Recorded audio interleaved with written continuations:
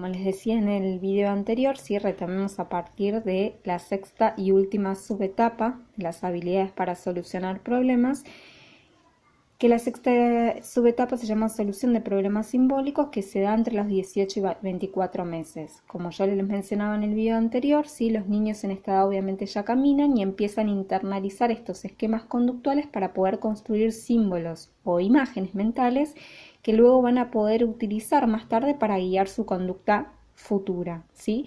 ¿Qué es lo que le permite, digamos, tener estos símbolos o imágenes mentales, que son estos esquemas simbólicos? Le permite poder resolver problemas sencillos a nivel mental, simbólico, sin esta prueba de ensayo y error. Por ejemplo, un niño que quiere alcanzar un paquete de galletitas que está en la alacena de arriba, ¿sí?, puede pensar que para poder alcanzarlo necesita, por ejemplo, correr un banco, ¿sí?, hasta donde está la alacena, subirse al banco y de ahí agarrar el paquete de galletitas. Todo esto lo resuelve de manera mental, ¿sí? Lo que nos faltaría ver son los otros dos ejes en cuanto a las capacidades imitativas y las permanencias del objeto, ¿sí? Lo que más me interesa que se sepa de estos dos últimos ejes es, por un lado, que las capacidades imitativas van a comenzar para Piaget de manera incipiente alrededor de los 8 o 12 meses, ¿sí?, donde empieza a haber como una cierta intencionalidad de imitación.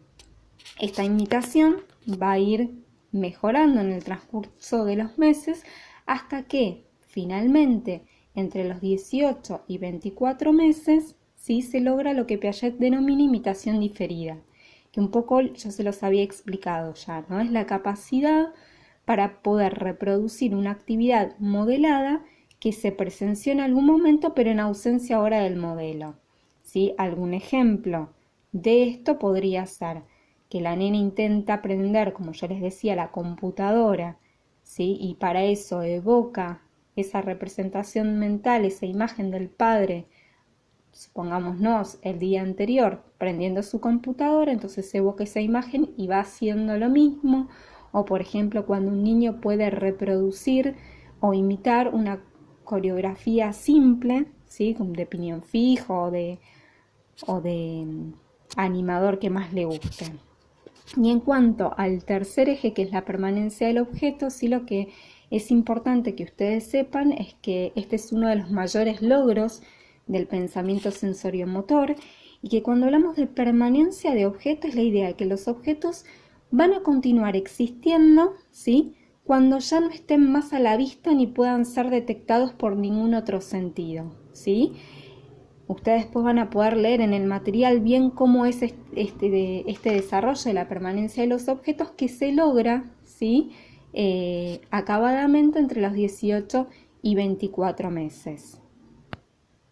Bueno, ahora vamos a ver lo que es la segunda etapa del desarrollo cognitivo, que es la etapa preoperacional, que es la segunda etapa, que va aproximadamente entre los 2 a 7 años, ¿sí?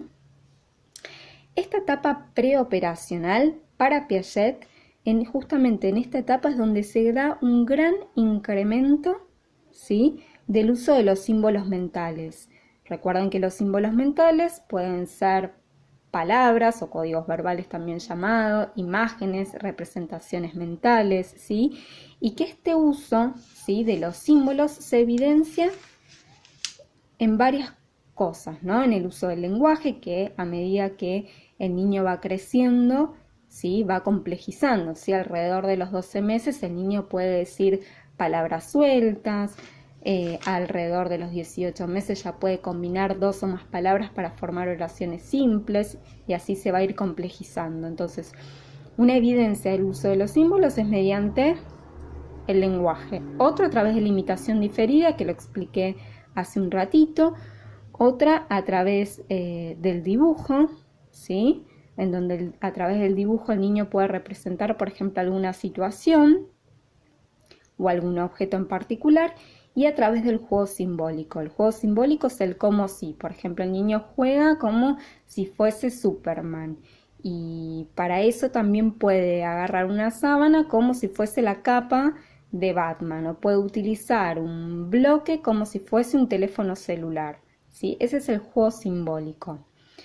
También en este punto, Piaget va a hablar de las limitaciones de este pensamiento preoperacional, ¿sí? Lo que va a decir es que los niños en edad escolar todavía no han adquirido las operaciones cognitivas, ¿sí? Que se adquieren mediante estos esquemas cognitivos que ya habíamos visto, los esquemas operacionales, que son los que le permiten pensar de manera lógica. Piaget va a subdividir, ¿sí? esta etapa preoperacional en dos subetapas. El periodo preconceptual, que va aproximadamente de los 2 a los 4 años, y el periodo intuitivo, que va aproximadamente de los 4 a los 7. Dentro de lo que es la etapa preoperacional, como les decía, lo va a subdividir en dos subetapas. El periodo preconceptual, que iría aproximadamente entre los 2 a 4 años. ¿Sí? Las características principales de este periodo preconceptual es que está marcado por el surgimiento de la función simbólica, que es esto que ya veníamos repitiendo, ¿no? Es la capacidad para hacer que una cosa, una palabra, un objeto sustituya o represente alguna otra cosa, ¿sí? Un ejemplo u otro de los ejemplos podría ser cuando un niño, más o menos de 3 años, puede usar palabras, imágenes para representar alguna experiencia en particular, o ya a esta edad son también, por ejemplo, capaces de reconstruir algún aspecto del pasado, de algo que sucedió días anteriores. Pero también va a hablar Piaget de algunas deficiencias, ¿sí? Que son los que yo escribí por acá abajo, las deficiencias del razonamiento preconceptual. Y menciona 3, el animismo, el razonamiento precausal o transductivo y el egocentrismo. El animismo es esa disposición que tienen los niños de esta edad de atribuir vidas y cualidades vitales a objetos inanimados, ¿sí? Cuando hablamos de atribuirle cualidades vitales, son intenciones, estados de ánimo. Por ejemplo, ma, dame una camperita para mi osito que tiene frío. O mira qué rápido que corren mis zapatillas. O mira cómo gira mi vestido, ¿sí? Le atribuyen a los objetos inanimados cualidades vitales. O en el ejemplo que habíamos visto en el primer video, ¿sí? Que dicen el sol aparece o desaparece, si está enojado o está triste, ¿sí? El razonamiento precausal, ¿sí? O transductivo es el razonamiento que va de lo particular a lo particular. Y de esa manera se supone que dos sucesos que ocurren juntos necesariamente van a estar relacionados entre sí, de una manera causal.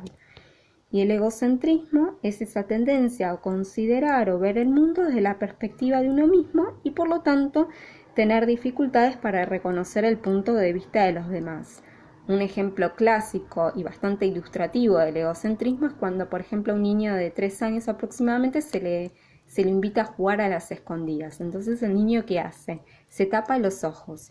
Y él considera que al taparse los ojos, como él no puede ver a los demás, tampoco va a ser visto por los demás. ¿Y eso por qué? Porque tiene un pensamiento egocéntrico, ¿sí?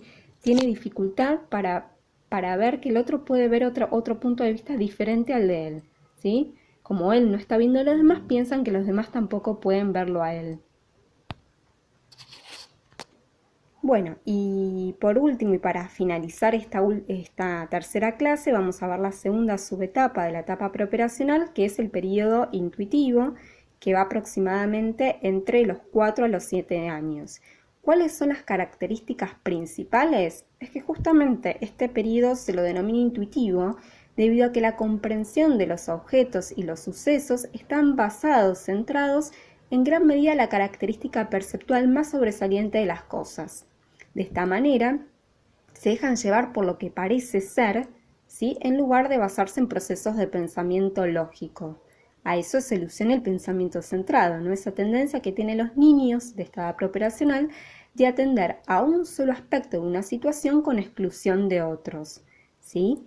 Es por ello que entre los problemas de clasificación o de conservación suelen fallar, además de que obviamente todavía no tienen los esquemas operacionales que le permiten llegar a conclusiones lógicas, y una de las capacidades más importantes es justamente la capacidad de reversibilidad.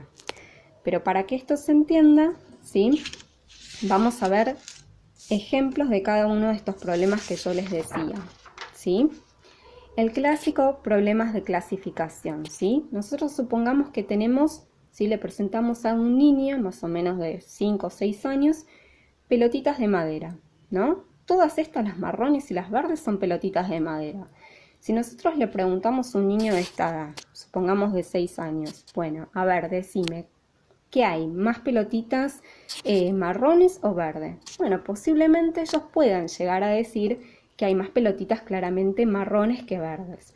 Ahora, si yo le pregunto, recordemos que ambas pelotitas, tanto las marrones como las verdes, son de madera. Si yo le pregunto, ¿y ahora qué hay más? ¿Más pelotitas marrones o de maderas? Y ahí generalmente es donde suelen fallar en la resolución de estos problemas. ¿Por qué?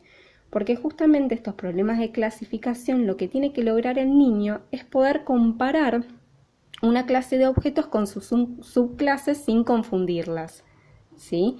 Este tipo de problemas requiere para su solución de un pensamiento, ¿sí?, que relacione el todo con sus partes, ¿sí? ¿Por qué suelen confundirse ante esta última pregunta? Porque suelen centrarse, por esto que decíamos recién, su pensamiento es centrado en las características perceptuales más sobresalientes, que es el color de estas pelotitas. Entonces, cuando yo le pregunto si hay más de madera o de color marrón, consideran que solamente las pelotitas marrones son de maderas, olvidándose, ¿sí?, que unas pelotitas, tanto las marrones como las verdes, pueden combinarse y formar una clasificación más amplia que es madera. ¿Se entendió? Y los problemas de conservación, que es el segundo ejemplo que tenemos acá, ¿sí? Supongamos que estos son dos vasos iguales con la misma cantidad de líquido. Si yo le presento a un niño, volvamos a tomar un niño de 6 años, estos dos vasitos con la misma cantidad de líquido y delante de él vierto un vasito sobre un jarrón que es largo y finito, y agarro el otro vaso, recordando que tiene la misma cantidad, y lo vierto sobre un envase que es más chato, pero más ancho, y le pregunto cuál de estos dos contiene más líquido, lo más probable es que el niño me responda que el que tiene más líquido es este envase, ¿sí? ¿Y esto por qué no lo pueden resolver? Cuando en realidad lo que implica estos problemas de conservación es tener presente que las propiedades de una sustancia no cambian aun cuando su apariencia es alterada superficialmente. ¿Por qué no lo pueden resolver adecuadamente estos problemas de conservación? Porque justamente tienen un pensamiento centrado, es decir, se centran en las características perceptuales más sobresalientes. Entonces dicen, este envase es más alto, por lo tanto, tiene más líquido. Es más, si uno los ve, pareciera que tiene más líquido, pero en realidad se olvidan que si bien este envase es más alto, es más angosto, y este es más bajito, pero es más ancho, ¿sí? Entonces, uno es porque se dejan llevar por lo que parecen ser las cosas, por este pensamiento centrado. Y otra de las razones por la cual van a fallar es justamente por la ausencia de esta capacidad que es la reversibilidad, ¿sí? Que creo que ya lo habíamos visto, que es mentalmente revertir la acción que se hizo. Bueno, hasta acá llegamos con la tercera clase. Sí les dejo escritas las indicaciones, la idea es que puedan leer el nuevo material que les dejo, y también les doy la opción para que puedan ver 2 videos de YouTube, sí, que les dejo el link, que también explican esto que estuvimos viendo. Y después hay una pequeña actividad que es muy breve, que lo que busca es ver, bueno, si realmente comprendimos algunos de los conceptos fundamentales de lo que hasta ahora estuvimos viendo de Piaget. Bueno, no olviden, sí, que cualquier consulta sí la pueden hacer. Nos vemos para la próxima clase.